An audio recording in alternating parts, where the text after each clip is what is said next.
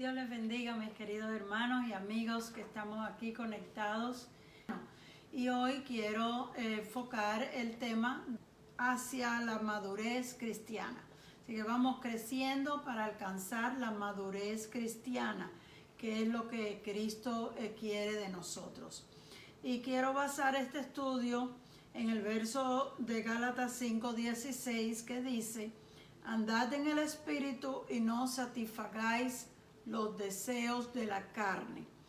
En este día quiero presentar el punto de que para nosotros poder madurar en nuestra vida cristiana necesitamos aprender a caminar en el Espíritu. Caminar en el Espíritu, dice el apóstol Pablo, es no satisfaciendo los deseos de la carne. Ustedes saben, hablamos en la semana pasada que el ser humano está compuesto de tres partes: el cuerpo, que es la parte física, el alma, que es el asiento de los sentimientos de la persona, y el espíritu, que es el soplo de Dios en la vida humana, y es lo que nos acerca, lo que nos atrae hacia Dios. Entonces, nosotros por naturaleza humana nos dejamos llevar de los sentimientos. Y cuando uno no ha entregado su vida a Cristo, uno hace las cosas de acuerdo a como uno cree que es mejor. Pero para nosotros ir creciendo y para alcanzar madurez cristiana, necesitamos aprender a vivir en el Espíritu. Andar en el Espíritu quiere decir seguir la dirección del Espíritu de Dios. Hemos venido hablando en muchas ocasiones de la importancia que es para nosotros el leer la Biblia y el orar. Estas son las cosas que nos ayudan a conocer a Dios y a acercarnos a Dios. Con esa base, si nosotros pudiéramos hacer como dijéramos, una rutina, una costumbre de leer la Biblia todos los días y de orar todos los días, eso nos ayuda a nosotros en nuestra vida espiritual muchísimo, porque eso es lo que nos va llevando al crecimiento. La palabra de Dios viene siendo el alimento espiritual para que nuestra vida crezca, y la oración es la comunión. Ahí nosotros conocemos y nos acercamos al Señor. Estas dos cosas son indispensables para todo cristiano para poder crecer. Pero ahora vamos entonces a estar mirando qué quiere decir andar en el Espíritu y cómo un cristiano puede seguir la dirección del Espíritu. Naturalmente, lo que no se ve es más difícil. Es fácil uno dejarse llevar por lo que uno ve, pero Dios es Espíritu. No lo vemos, así que tenemos que depender de nuestro espíritu comunicándose con el Espíritu de Dios. Tenemos que depender de la palabra escrita de Dios, leer, creer y obedecer. Y cuando nosotros vamos haciendo estas cosas, aprendemos a discernir cuando Dios nos está hablando. Dios nos habla por medio de su palabra. Siempre que leemos la Biblia, eso Dios nos lo está diciendo a nosotros mismos. Pero hay ocasiones especiales en que nosotros leemos la Biblia y hay algo que impacta nuestra vida grandemente. Es como una palabra directa de Dios para nosotros. Así que la Biblia es la forma principal a través de la cual Dios nos habla a nosotros. Hay otras formas que Dios nos puede hablar. Mencionamos en semanas pasadas que Dios mismo dijo que cuando Él quisiera hablar con sus siervos lo haría a través de sueños y de visiones. Hay veces que Dios nos habla a través de un sueño, hay veces que Dios nos da una visión de algo que Él quiere que nosotros entendamos, pero hay también una voz interna a través de la cual Dios nos habla, y no es que uno oiga una vocecita, sino algo te dice a ti algo y tú lo entiendes. no oíste nadie que a tu oído te dijera las cosas, sin embargo, tú sientes que Dios te ha dicho esto. Es una forma que Dios tiene de hablar con nosotros. Y cuando nosotros llevamos algún tiempo sirviéndole al Señor y orando y buscando la dirección del Señor, aprendemos a discernir esas palabras, frases y cosas que Dios nos quiere decir en momentos muy especiales y personales para nosotros. Ahora, hay tres clases de personas que nosotros vamos a estar mirando, observando hoy. Lo primero es la persona natural. La persona natural es la que todavía no ha conocido al Señor y vive a su manera. Así éramos todos, vivíamos a nuestra manera. Posiblemente esta persona natural cree en Dios, cree que Dios existe, pero no lo tiene en su vida ni está buscando obedecerle o seguir su dirección en ninguna forma. Sencillamente cree que existe Dios, pero él y Dios son aparte, no es algo relacionado, porque más bien la persona natural se deja llevar de su propia opinión, de su propio conocimiento y de su propia experiencia. En segundo lugar, entonces vamos a mirar la persona espiritual. La persona espiritual es aquella que rindió su vida a Dios, se ha dedicado a servir al Señor, lo ama sinceramente y está tratando de obedecer la palabra de Dios y de servir a Dios según ve que la Biblia lo pide. Esta persona también ha aprendido a disfrutar de la comunión con Dios, se siente bien y le gusta y desea estar cerca de Dios siempre. Este es el modelo de madurez que nosotros debemos de tratar de alcanzar. Debemos de tratar de llegar a ser personas espirituales. Y en tercer lugar vamos a mirar la persona carnal. ¿Qué es una persona carnal? Es una persona que, aunque conoció al Señor, aunque le entregó su vida al Señor, aunque asiste a la iglesia y está de acuerdo con casi todas las cosas que se oyen, no se ha entregado totalmente. O sea, dijo que sí, de palabras se entregó, pero todavía hay cosas en su vida que él sabe que no está bien y de todos modos las quiere tener ahí. Todavía hay cosas que aunque sabe que no le agradan a Dios, a él sí le agradan y las sigue haciendo.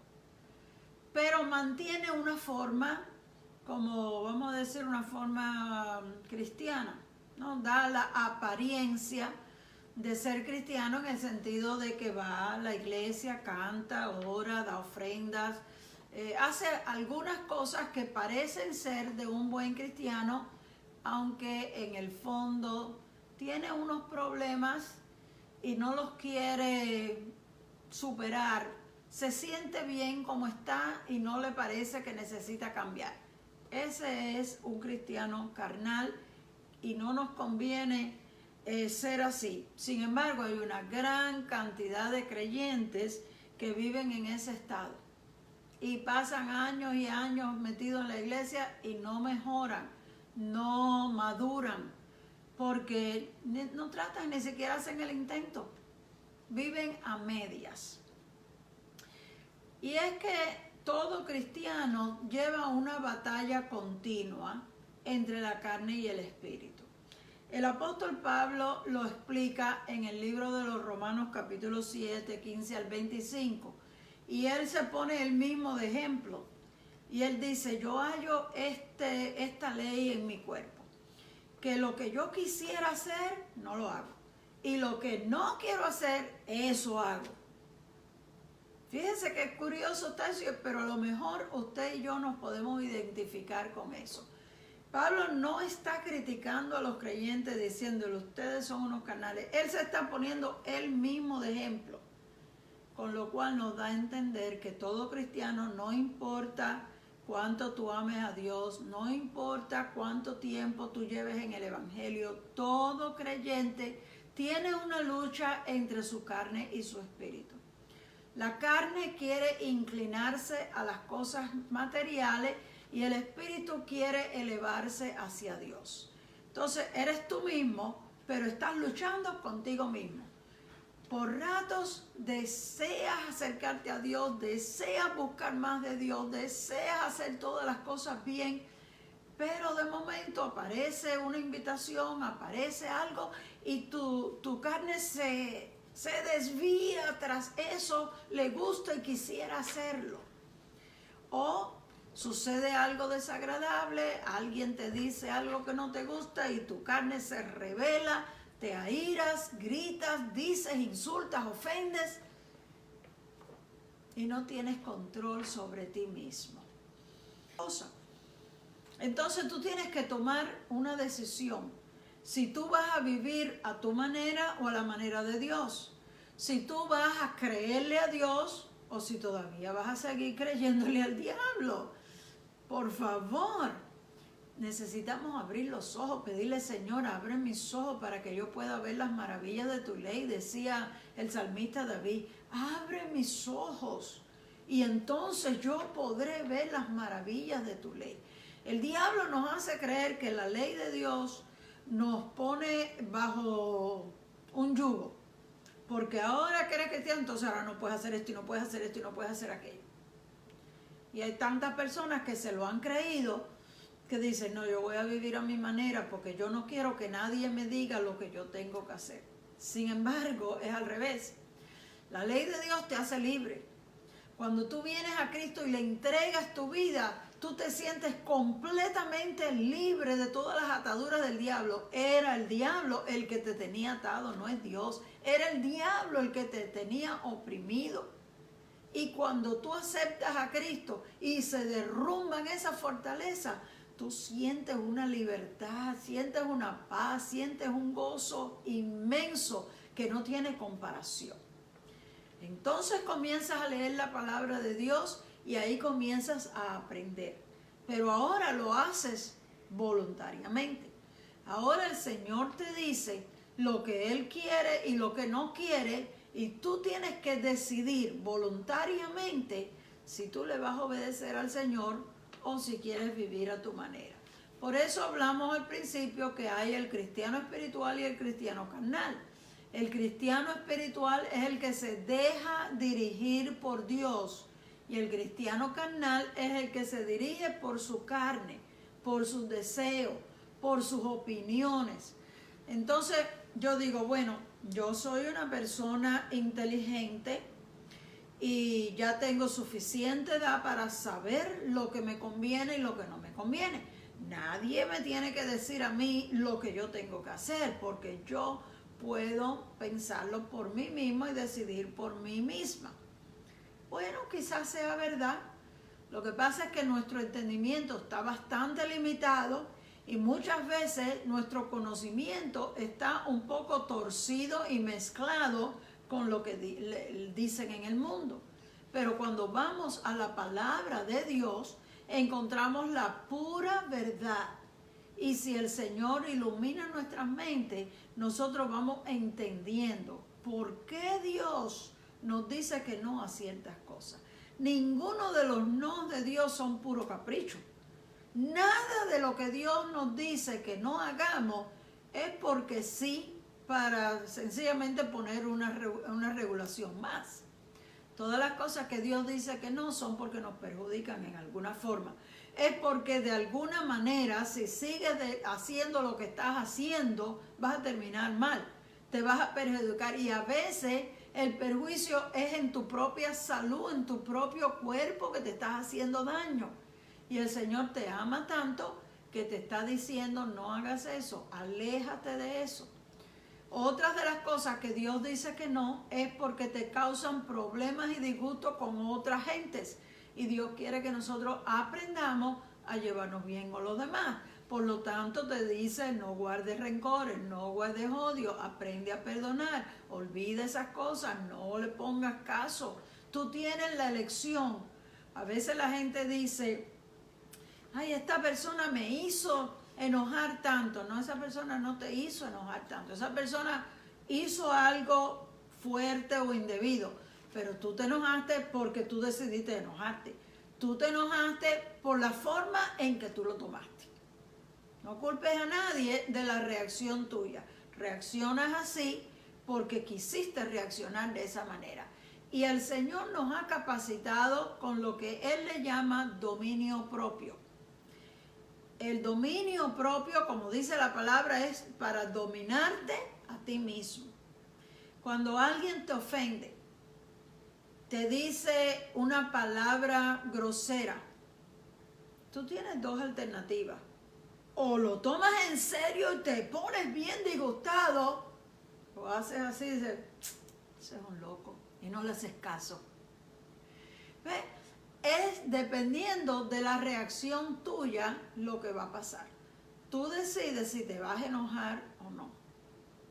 Tú te enojas cuando tú decidiste tomarlo en serio y responderle de la misma manera que él te habló a ti. Pero poco a poco tú puedes ir dominando tus impulsos, dominando tus sentimientos, porque si tú no aprendes a dominar tus sentimientos te van a dominar a ti. Las personas que no ejercen dominio propio y lo que le viene a la mente lo dicen, lo que le viene a la mente lo hacen, se meten en muchos problemas. Hay un proverbio que dice que el que mucho abre la boca está en problemas. Aprende a callar cuando sea necesario. Hay veces que es mejor callarse. No porque no tengas una respuesta que dar, no porque el otro tenga la razón, sino porque quiere evitar una discusión fea y desagradable. Pero hay momentos para hablar. Eso no quiere decir que tienes que dejar que te pasen las carretas y los carretones por encima. En el momento apropiado, cuando ya pasó el disgusto, puedes traer el tema y decir, mira, ayer me dijiste esto y esto, me sentí ofendida porque no creo que era correcto lo que estabas diciendo, o no creo que yo merecía que tú me hablaras de esa manera, por esta y por esta razón, y se arreglan las cosas a la buena, pero no en el momento que estás disgustado. El otro te gritó y tú le gritas y entonces sigue la misma pelea. Este grita más y el otro grita más y cuando tú vienes a ver también quieren darse golpes. No tiene fin, el problema no tiene fin. Pero si uno de los dos es más inteligente y se calla y espera un momento oportuno, llegará el momento en que podemos resolver las cosas en una forma civilizada sin llegar a la violencia. ¿Por qué hay tantos creyentes que no progresan en su vida cristiana y nunca llegan a una madurez espiritual? ¿Por qué hay tantos cristianos que llevan muchos años en la iglesia y siguen comportándose con malos hábitos, con coraje que no saben controlar, palabras que no saben controlar, acciones que no saben controlar? ¿Sabe por qué? Hay dos razones. Puede ser que no saben vencer los deseos de la carne. Cuando le viene algo a la mente, lo quieren decir, no lo quieren controlar. Sea porque no se esfuerzan, porque tú puedes, lo que pasa es que no es fácil callarse. Entonces, si tú no pones de tu parte, naturalmente te vino a la mente, estás enojado y dices eso. O porque les gusta su pecado. Porque cuando uno se pone violento y ofende, yo me puedo justificar diciendo, pues él empezó. Ok, él empezó, pero tú no tenías que continuar. Entonces, cuando las dos personas empiezan a gritarse ofensas y a decir cosas y amenazas y cuantas cosas, ya están pecando delante de Dios porque Dios no se agrada de eso. Eso era lo que estaba en la lista que Pablo decía, y dejen estas cosas. Era la ira, el enojo y la gritería. Entonces pueden ser una de esas cosas. No saben vencer los deseos de la carne, no se esfuerzan o les gusta ser así. Hay personas que se jactan de eso. A mí nadie me dice, y yo esto lo pongo en su lugar. Sienten un cierto orgullo de ser así, pero para nosotros los cristianos eso no es motivo de orgullo. Debiéramos de sentirnos avergonzados que después de tanto tiempo en el Evangelio todavía no sepamos controlar nuestro temperamento. Entonces, esa es una de las razones. La otra razón puede ser porque ignoran o no tienen conocimiento de cómo operan las obras de las tinieblas. Saben que la Biblia nos dice que nuestra lucha no es contra carne y sangre. Una persona te ofende a ti. Tu lucha no es con esa persona, sino lo que movió a esa persona. Espíritus de contienda, espíritus de ofensas. Entonces, en vez de pelear con esa persona, no digas nada, retírate y ponte a reprender las malicias espirituales que quieren perturbar la paz de tu hogar. Pero muchos cristianos no conocen cómo es que operan las obras de las tinieblas y en la relación en que nos tienta a nosotros hacer lo incorrecto y no saben o no han aprendido cómo ellos pueden vencer. Como dijo el apóstol Pablo, no se ha vencido de lo malo, sino vence con el bien el mal. No saben vencer. ¿Cómo tú vences? Lo primero es cortando ahí mismo. En vez de contestar de acuerdo a lo que te dijeron, no dices nada. Y venciste. Aparentemente parece que perdiste, pero delante de Dios venciste. Porque venciste esos sentimientos que querían sublevarse y formar una grande ahí. Y en segundo lugar puedes vencer reprendiendo las fuerzas de las tinieblas.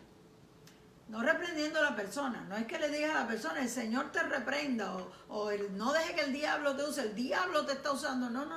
Si tú empiezas así, vas a formar peor problema. Tú te callas, tú te vas para otro cuarto donde esa persona no está.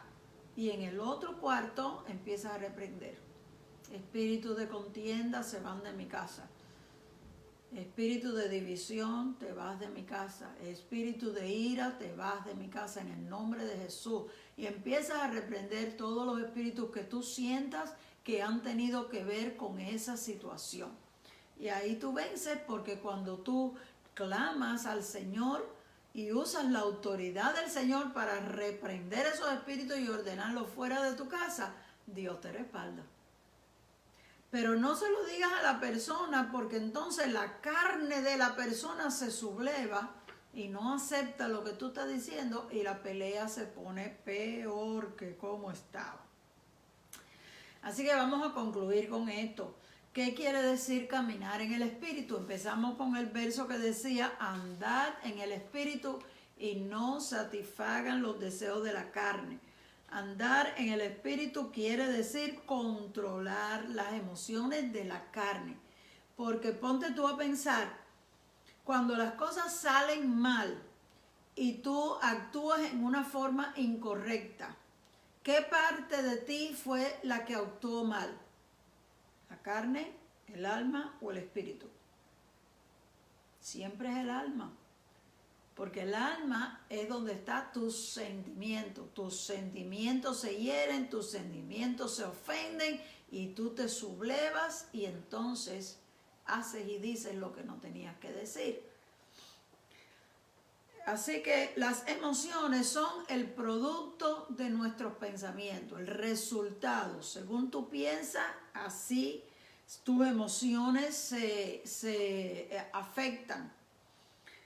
Si tú no piensas correctamente, eso se va a ver en tu vida emocional. O sea, si tú estás pensando, esto no me gusta, yo no estoy de acuerdo y esto yo no lo voy a soportar, eso se va a reflejar en tus acciones más adelante. Y si fallas en reconocer esas emociones que no están correctas, te vas a convertir en el blanco de Satanás. En otras palabras, el diablo dice, esta es la persona con la que yo puedo jugar.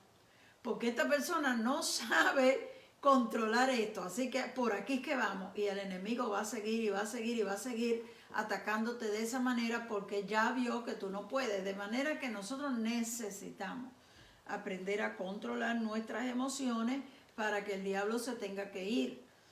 Dice el apóstol Pedro, resistid al diablo, sométanse a Dios, resistan al diablo y él tiene que huir de ustedes.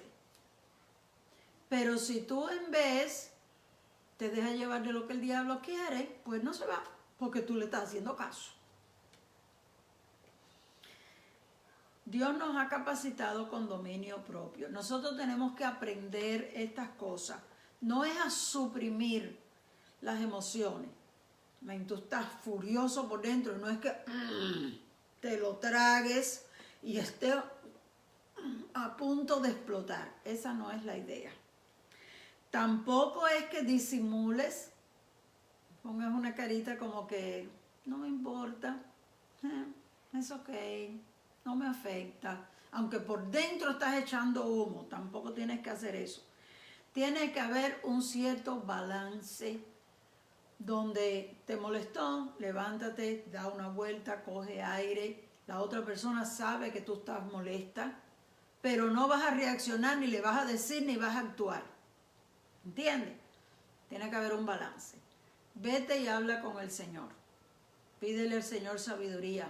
Reprende los espíritus que se han metido a estorbar la paz de tu hogar. Y pídele al Señor que te dé el momento y la oportunidad para volver a hablar con esta persona y resolver el problema que se surgió ahí. Las malas experiencias que nosotros hemos tenido en el pasado van marcando nuestra vida. Como le dije al principio, a veces nosotros traemos marcas desde la niñez. Cosas que nos pasaron hace muchos años y ya las echamos para atrás. No es que estemos pensando en eso, ni nos acordamos de esas cosas, pero se reflejan en nuestra forma de ser, porque siempre se quedaron ahí. Y si pasa alguna cosa parecida, como que nos recordamos. A veces no nos recordamos, pero pasa algo parecido y reaccionamos como muy fuertemente porque algo había sucedido muchos años atrás, semejante a esto, y ahora yo me estoy defendiendo como si fuera lo que pasó años atrás. Quiere decir que hay heridas del pasado que nunca sanaron y que más adelante en la vida nos pueden afectar. Por lo tanto, nosotros tenemos que aprender a desahogarnos con el Señor. Nosotros necesitamos aprender a contarle todo al Señor.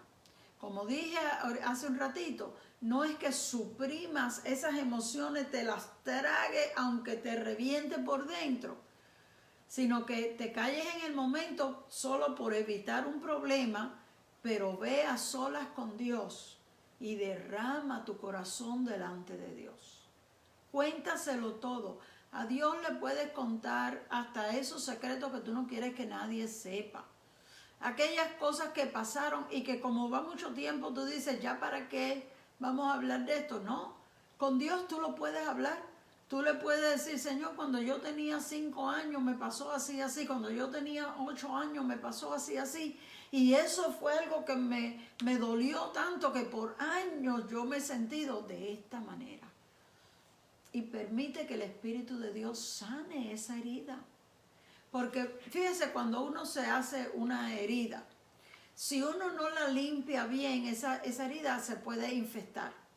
Si uno le duele y la tapa porque le duele y eso empieza a hincharse y a ponerse rojo y uno no la limpió, en vez de sanarse, va creando una pudrición que nos hace más daño. Cuando ya hay mucho dolor y usted va al médico porque le duele mucho, ¿qué hace el médico? Corta y saca lo que está malo y limpia con alcohol, aunque duela muchísimo. Pero entonces la herida empieza a sanar. Y hay veces que las heridas emocionales están tapadas por un montón de años, pero están hinchadas e infestadas. Y cuando tú la vas a destapar y le vas a contar al Señor, oh, como duele hablar de eso muchísimo. Lágrimas salen a nuestros ojos y uno dice, pero ¿qué me pasa a mí si eso pasó hace 20 años atrás? Es que estás abriendo una herida que estuvo tapada mucho tiempo, pero no había sanado. estaba infestada y todavía estaba causando pudrición dentro de ti. Pero cuando tú permites que el Señor limpie esa herida, aunque tengas que aplicar alcohol y duela, esa herida va a sanar. Y de ahí en adelante tú te vas a sentir libre. ¿Sabes una de las maneras en que Dios nos ayuda a sanar esas heridas? Que el Señor te dice, tienes que perdonar a la persona que te ofendió. Y tú dices, pero no merece que lo perdonen. A la verdad que lo que hizo fue horrible y no debía de haberlo hecho. Y el Señor te dice, es que yo no te estoy preguntando si la persona merece perdón o no. Sencillamente yo te estoy diciendo que la perdones. ¿Qué es perdonar? Perdonar no quiere decir que ya no te duele, que ya no te molesta, que ya no.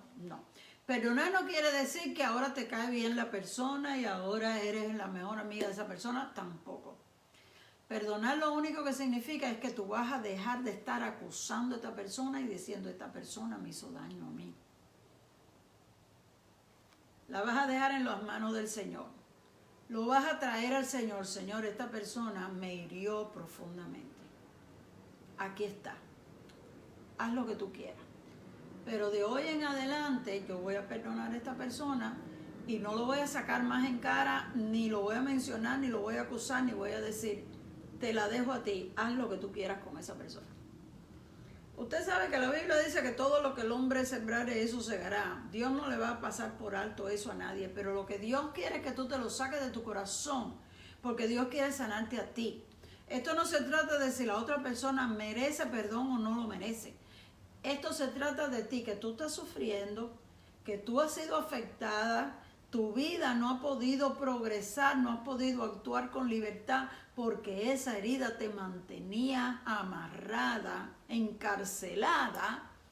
Y cuando tú dices, ya no lo voy a acusar más, lo dejo en las manos de Dios, el que eres libre eres tú. Olvídate de la otra persona, Dios se va a encargar de la otra persona. Dios te ama a ti y Dios quiere que tú seas feliz. Eso significa perdonar.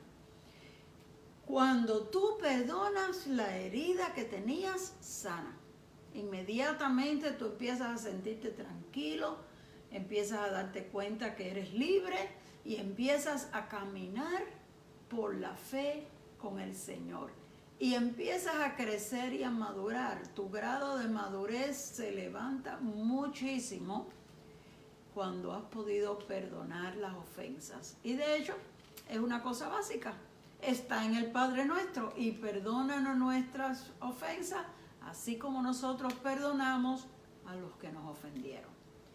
De manera que en la misma oración del Padre Nuestro, Jesús puso el ejemplo de que nosotros necesitamos perdonar si queremos que Dios nos perdone a nosotros. Bueno, creo que hoy me he extendido bastante y no quiero seguir. La semana que viene quiero entrar a la armadura espiritual, la armadura que Dios le ha dado al cristiano para vencer todos los ataques del enemigo.